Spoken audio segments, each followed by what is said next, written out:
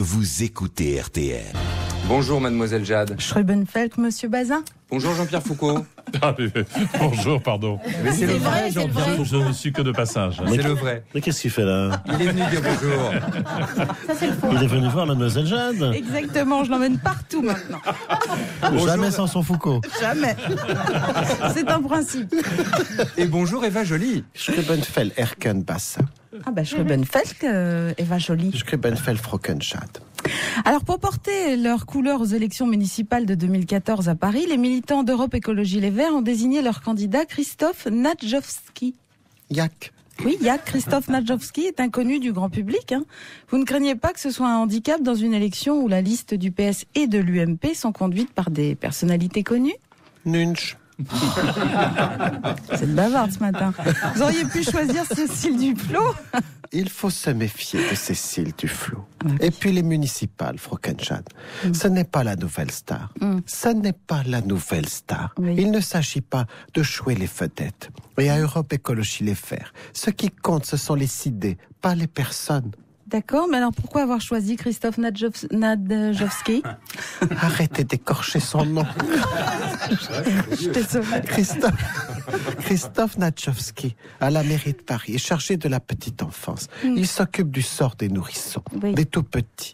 Et les Parisiens, il va les materner, les dorloter, les bercer en leur chantant des chansonnettes écologistes. Ah, des chansonnettes écologistes, vous en connaissez, Eva Joly? Bien sûr, une souris verte.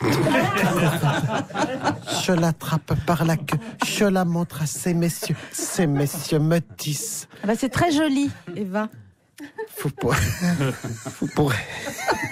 pouvez laisser ce genre de jeu de mots à Jean-Pierre Foucault quand vous plaisantez avec lui à la bonne touche Frockenschad. Bon, c'est d'accord. très joli. Ok, Eva. d'accord. Ok. Merci, excusez-moi, Madame Joly. Et à part la petite enfance, de quoi s'est occupé Christophe Nadjowski? À la mairie du 12e arrondissement, il s'occupe aussi des jardins partagés. Oui. Qui permettent aux habitants de se rencontrer, d'échanger en faisant pousser des fleurs, des légumes et des courgettes aussi. C'est la saison des courgettes. Oui, des légumes verts, bien sûr. Je vous ai dit que vous pouviez laisser ce genre de chute. Moi, Jean-Pierre Foucault, Frankenstein. Mais enfin, foutez-moi la paix.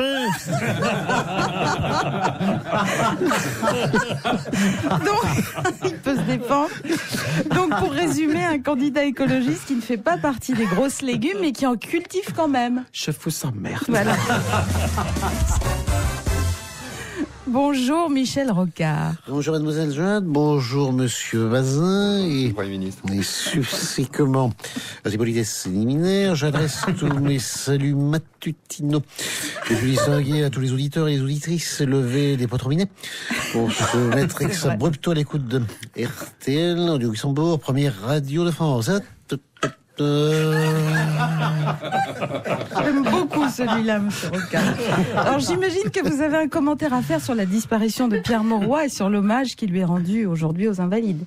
Je fus en effet le Premier ministre du second septennat de François Mitterrand, fumier, alors que Pierre Mauroy fut le Premier ministre de son premier septennat. Et mutatis mutandis, circulant, héritage, je vous l'accorde, cela autorise une analogie qui, par proportionnalité assimilatrice, permet de mettre en regard nos situations passées respectives. Alors bref, Michel Rocard, quel regard portez-vous sur l'action de Pierre Mauroy quand il était à Matignon? Pierre Mauroy, qu'il repose en paix, une patchée moritoriste salutante, fut un très grand commis de l'État, doublé d'un socialiste aussi fervent que convaincu. Nonobstant, confronté à la spirale inflationniste et des effets retards, induisant une boucle de rétroaction et des dispositions d'indexation par répercussion pour mener à une panique monétaire. Ouais. Pierre Mauroy, disais-je donc, clairement, choisit de démissionner le 17 juillet 1984, tandis que moi, mademoiselle Jade... Tandis que vous, Michel Rocard? Tandis que moi, Miserere Novis Dominus Vobiscum, le 15 mai 1991, j'ai été conduit comme un laquais par le roublard de la rue de Bièvre, expulsé par le polygame de Jarnac, viré par le vicelard d'Épinay, saqué par le Savonarola du PS qui ne pouvait pas me saquer, dégagé par le gobeur d'Ortolan de Latché, chassé par le chafouin fou cul de Châteauchine en fumier, le saligo, la haute solférino, le queutard de Solutré. Oui, bon, ben ça va, oui. Merci Michel Rocard. Bonjour René Hanin. Roger, Anna. Eh ben, c'est la René, totale. C'est la totale aujourd'hui. Bonjour mademoiselle Jade. Excusez-moi, hein, Roger. Roger Hanin, vous étiez un proche de François Mitterrand et vous avez dû connaître Pierre Mauroy. Je veux que je l'ai bien connu, le Pierrot. Ma parole, c'était un bon vivant comme moi. Pas du genre à pignocher dans les dîners où c'est qu'on se retrouvait rue de Bièvre ou à Latché pour gueuletonner avec tonton. Fallait pas lui en promettre au grand quinquin. Il avait un coup de fourchette qui faisait honneur. Et qu'est-ce qu'il s'envoyait par derrière la cravate, hein? Purée la descente qu'il avait. Ça faisait plaisir à voir. Ah oui, lui et moi, on s'entendait comme deux doigts de la main de la Fatma. Mais il n'y a pas que la bonne bouffe qui nous rapproche. Il y a aussi les feuilletons télé. Les feuilletons télé, Roger Hanin? Pierrot, c'était un fan de Navarro. Il loupait jamais un épisode. Et moi, j'aimais bien son look à la commissaire d'Éric. L'inspecteur, d'ailleurs, quand il mettait une cravate à rayures sur un gilet jaune. Et surtout, ses lunettes à verre rectangulaires. C'est pas moi qui faisais la comparaison avec Déric, c'est François Mitterrand. Faut dire que François, c'était un fan de Déric. Il savait tout sur lui. Même qu'un jour, faisant un clin d'œil à René Bousguet, qui était invité à dîner. Oui. Il m'a dit d'un air énigmatique: un jour, je te dirai tout sur le passé de Horst Tappert.